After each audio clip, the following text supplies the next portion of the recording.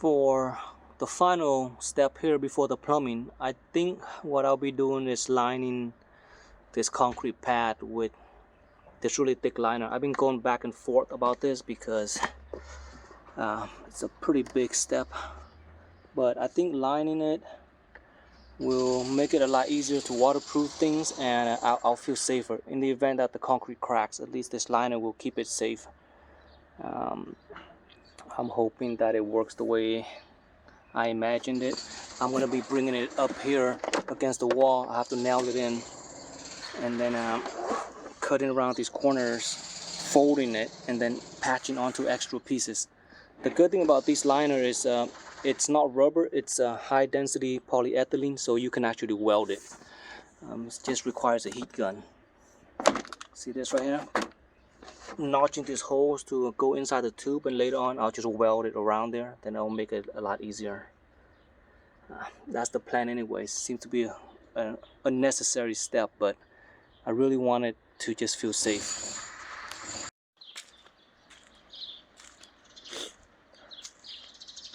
I've lined up quite a bit of this pad right here, but the seams have not been welded. So you can imagine trying to get it in between these pipes right here. It's a little bit of a challenge. I've had to cut out a bunch of different holes around here, and we're just estimating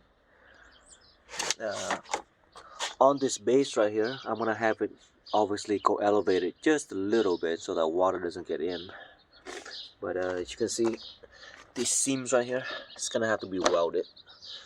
I'm hoping the welding isn't too difficult, and this material, the HDPE, they do weld quite easily, especially at this thickness. Now for a liner, this is extremely thick. As you can see, it's like 1/8, maybe 1/8, or well, maybe a little bit thinner than 1/8, but it's extremely thick. It's definitely like thicker than 90 mil, so it's very heavy duty, but because it's high density polyethylene, it welds quite well, which makes it easy. Yeah, but the only parts what I'm really afraid of would be like the corner where it gets pinched. So but because of how thick it is, I think it should last a while. And you know, I was just nailing them in right here by using these blue anchor screws, putting them in and holding them.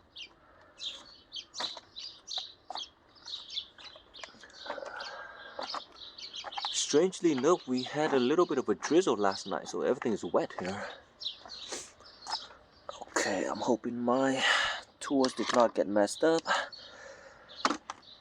Yeah, so the hardest part with these liners would be working around the corners right here, or places where it's not flat.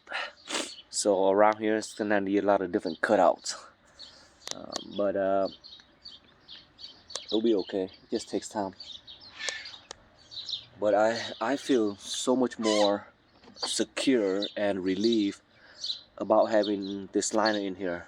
To be honest with you, maybe I am a little paranoid, but this really does give you a sense of security.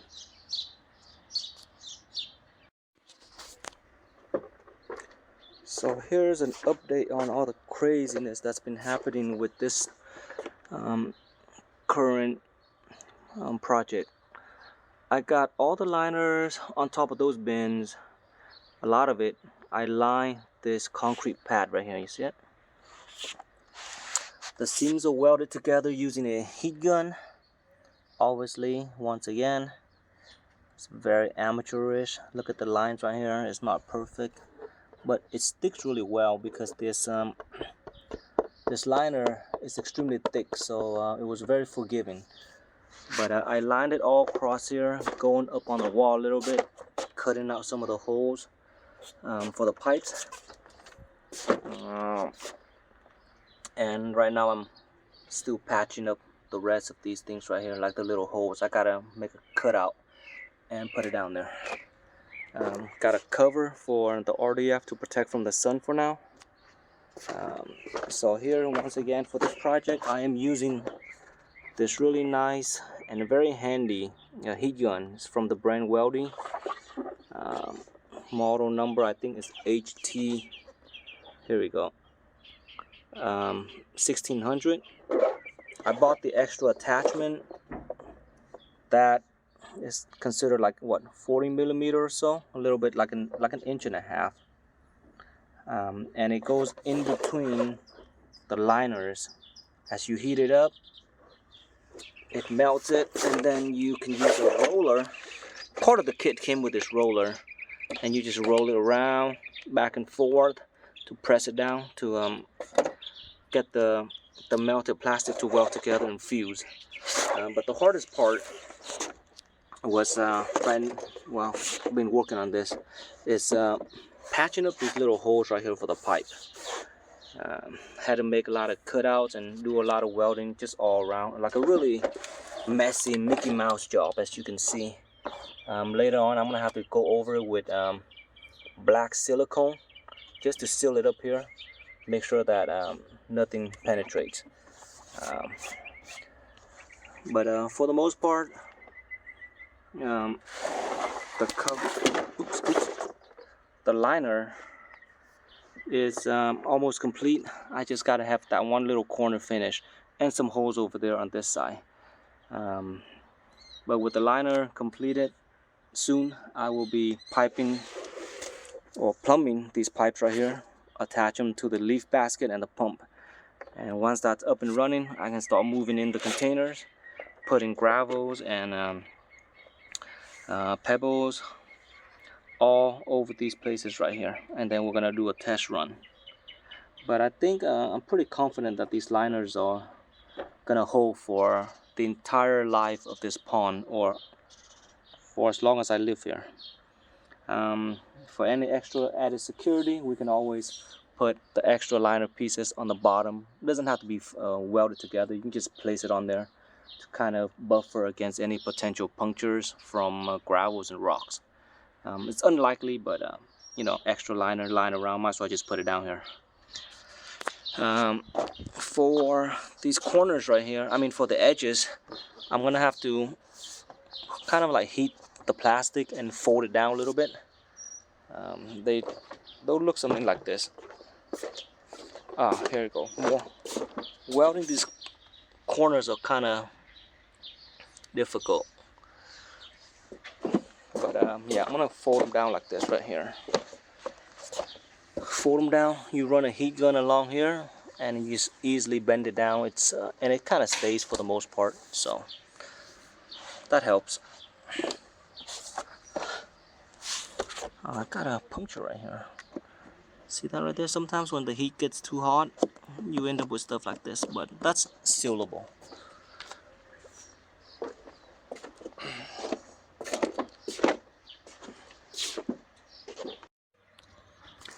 After welding around the pipes, what I'm doing is sealing it permanently with black silicone. See this? All purpose. The brand is White Lining. It's 100% silicone sealant. So I'm gonna lay around the pipe a thick bead or two, and then I'm gonna take these leftover piece of shower liner right here. I'm gonna cut a square or a little circle that matches the diameter of this pipe. I'm gonna sandwich it in, and hopefully that keeps it nice and permanent. It's a little crazy, but I like to feel secure. That's all. See that right there? I already cut out this piece. Gonna go ahead and put it right in, and you know what? Since this is the first one, I realized my mistake already. I forgot to scrape up all the little concrete bits. Alright, so, well, there's enough silicone to seal it, so I don't think it's a problem, but next one I'm gonna have to scrape off everything first. Here we go. Let's do this.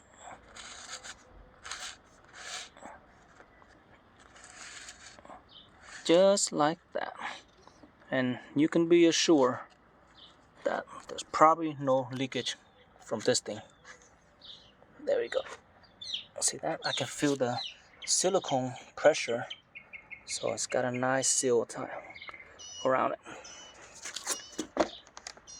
There we go. Since I got plenty of silicone, I'm gonna do an outer layer as well. There. And then we're gonna go in. We're getting a little anal about this, so we're gonna go ahead and do it like this. You know, when it comes to waterproofing, can never have too much silicone. Look at that. Alright, that's it. You know what? I got so much extra silicone. I'm just gonna go around all the well seams and I'm just gonna smear it all over it just to get everything. There we go. See that? Just gonna smear it all around the joints, the well spots. Hopefully, most likely it's already sealed, but why the hell not? Just go crazy, just go nuts. There we go. Overkill, overkill, absolutely overkill.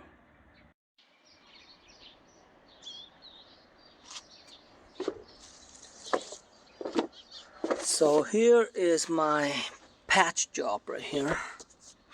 Oh, what's up with this?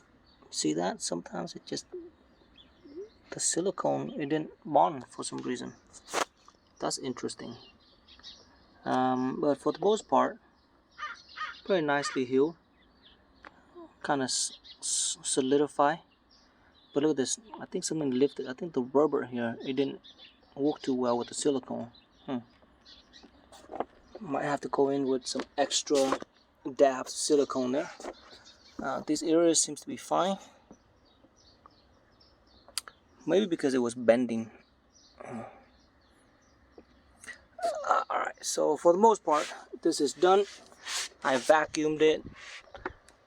And I'm getting ready to put some extra layer of the black ones on top that I got spare. I don't know where to put it, so I'm just gonna put it on here.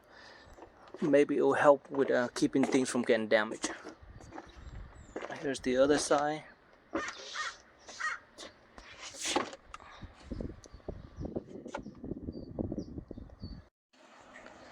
So check out these containers that I'll be using right here. They are dual layers. So on the inside, got a smaller container and even a base at the bottom of it, which can all be put to use eventually. But this is actually pretty neat because basically getting 2 for 1 in this deal. High quality plastic, an extra container for my filtration. So here's an idea of what the bins will look like when I line them all up. This one is just the first one to be in place. There's a pretty massive bin, as you can see. Nice thing is it's got footings. It's actually got 5 legs, one in the middle for support down there, you see it? So it's pretty stable, very heavy duty, very useful. And the way it lines up, it's pretty close to, well, I shouldn't say close, but the level of it, the height of it, is pretty close to where the outlet is for the RDF. So it will just go straight in here. That's sort of like my idea, is just shoot the water straight here. Because I got a lot of extra liners, decided to just cut some extra one and put it on top like this. So if I put rocks and gravels, whatever, there's less chance of damage. Mostly just to get rid of the liners, because I'll probably keep 2 of those 3 rows. There's just too many. Alright, so now I'm going to do some more liners and cut some more up, put them in here, and bring the other 2 bins in. Just kind of give me an idea of the layout. And also free up some of that space because it's been there for months. Now this big container is here, pretty decently level. Check that out.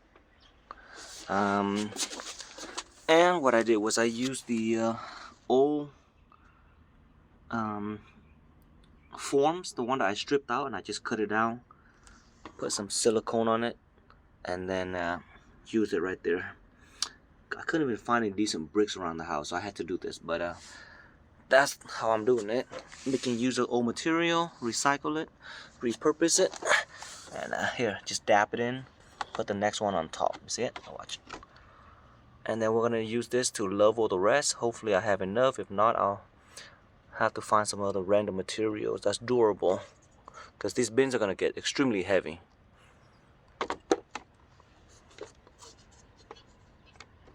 There, just like that. All right. Here is a look at the current progress. It's been pretty slow. We've been pretty busy with other stuff. Haven't been able to focus on this, but I got the feet level to some extent. These 3 bins here will serve as the primary filter tanks. That last one's still a little off. I'm gonna have to work on that one a little bit. But it's not necessary that they're perfectly level, so they're just more for look. Now let's take a look at this crazy mess right here. I spent like a day and a half getting this done. But so far I've gotten 7 pumps in here and 7 priming pots. It's really crazy. But the furthest one in there, that's 1. There's got 2, 3, 4, 5, 6. Where's the 7th one? 2, 4, 6. Oh, maybe I was missing this one. They all have a valve. So the valve comes after the pump. If I need to remove the pump, these things have a union disconnect. I wanted to mention that if you bought these from Seaside Aquatics, right, and you just wanted the back piece, because this piece technically you could use a union. It's probably better if you use a union, but I didn't want to waste the money on a union, so I just bought this cheap like $1.50 adapter. Put it in because I don't see these baskets needing to move anywhere. These things have a union right here, but you need the union tail piece. So this is what you had to buy. If you didn't want to spend like a lot of money in buying the whole union at the store, you could just buy this online. It's made from a company called, let me open this up. It's called Waterwork. That's what the WW stands for. Okay, so far this is what I've done. I got the 3 big bins out semi-level. Just wanted to straighten up a little bit. If you look under the feet, I got plastic pieces that I glued together from some of the forms that I made right here. These were just extra that I stripped. Well, these are the forms that I stripped, and I just cut them out and put them down there and reuse them. Try to get them as even as I could. It's not critical. Here was the big project that I did. It took me over a day and a half trying to get everything in, and it's not even a neat job. It's just the space limitation here is very difficult, and I got 7 pumps here, so it was a lot of work. But you can see there's 1 inside, 2, 3, 4, 5, 6, the 1 down there, 7. All plumbed with a priming basket to the pump, to the valve, and to the inlet side of the RDF.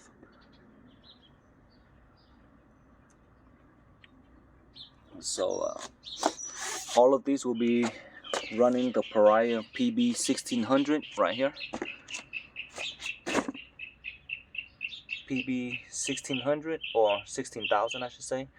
And if you notice the power usage on level 1, it's only 60 watt right there. So all will be running on low setting, and that should give me, it says 3,500 gallons. I think that's bullshit. It's definitely way less than that. But in any case, with 6 pumps, and I have another one on this circuit that I haven't completed yet, but that's 7 pump, and this one will be an 8th one. So with 8 pump, I should have more than sufficient for this this pour right here. Even though it states 3,500 gallon per hour, I'm thinking it's probably getting like 2,000. I mean, and even then, that's pretty hopeful. We'll see. It doesn't have a lot of. It's not pumping all the way up to like a bucket shower. It's only pumping up to there, so it's not that far up. And hopefully, with the low setting and the 2-inch plumbing, It'll have less restriction. The reason why I went with this model is because in this series of pump, anything that's under PB 16,000, so you're talking about the 14,000, 12,000, 10,000, etc., they all use 1.5 inch plumbing. But the 16,000 is the first in the series, and it scales up to like 16,000, 18,000, 20,000. I want to say 20,000, and then what, 22, and then 25,000. But all of those also use 2-inch plumbing. But this one is the first one in the series that uses it, and it has the lowest power rating, which is only 60 watt on the low setting.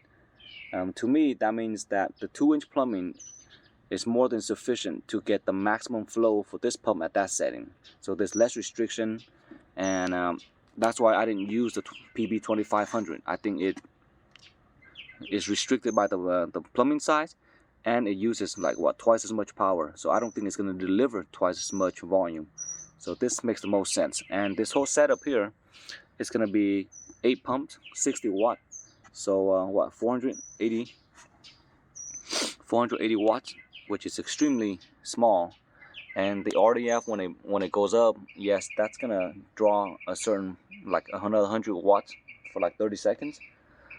That's not a big deal, but for the most part, continuous power usage, we're looking at about under 500 watts right here. So we're almost there. Look at all those white bins that I transfer over. Let's take a closer look at these bins. So inside these large containers were the secondary tank right here, because these were heavy duty double layer chemical containers. These tanks here actually had a top, but I cut it out, and now I end up with 3 extra tanks. So one there, one right here, and another one right here. That's obviously going to be a lot of filtration. On the inside, I'm starting to experiment with sort of like an alternative to a bell siphon. Think of it as like an inverted trap, the one that's under your sink or under the toilet. The lowest point basically are these legs right here. These are like these hollow, not hollow, but they're like recessed, because that's what the legs are. Since these are molded, that area is actually empty, and so that those areas are like the lowest point. So I put a 3-inch pipe here with an elbow that goes down there, and then it gets tee off right here. So what's gonna happen is, well, I have to chop up that little small piece. I'm just putting it as a stand-in for now. This will act like a trap when the water rises, right? It comes all the way up here, and then actually it's not completed yet. There's this piece that goes out on this side like this, and then it goes down, and then down here I have to drill a hole and put another pipe up here, so that when the water comes up here, it reaches the top and has nowhere to go, so it gets siphoned down and out. And then when it empties, it gets air again from those gaps down there on those little holes in the bottom, and then it stops. It's like a flood and drain system. But the goal is to have the media in here and grow a bunch of stuff, so I can grow all kind of random things all the way down there and on these 3 bins, and obviously this one. And then we got a lot of extra space here that will allow us to put planters and growing beds. Just making use of this space back here, and also allow me to clear up some of the junks in the yard. The very last one that I put on here is the skimmer basket. I mean the skimmer circuit and the bottom drain from the original. So I teed it off, go here, goes through a priming pot, got a valve right here. Looks really messy, but I really needed this space in here to get in and work around here if I need to, so I opted to leave this right here. Yeah, so now we got 8 pumps, right? He's got 1, 2, 3, 4, 5, 6, 7, 8. I think that's pretty good for this size swimming pool. It's almost ready to go. I just gotta get all these tanks up here and fill in the gravel and the pebbles I got in the front of the yard, bring it back here, and then run some pipes, and then we're gonna test things out eventually. Oh, but then I gotta clean this and perhaps paint it again.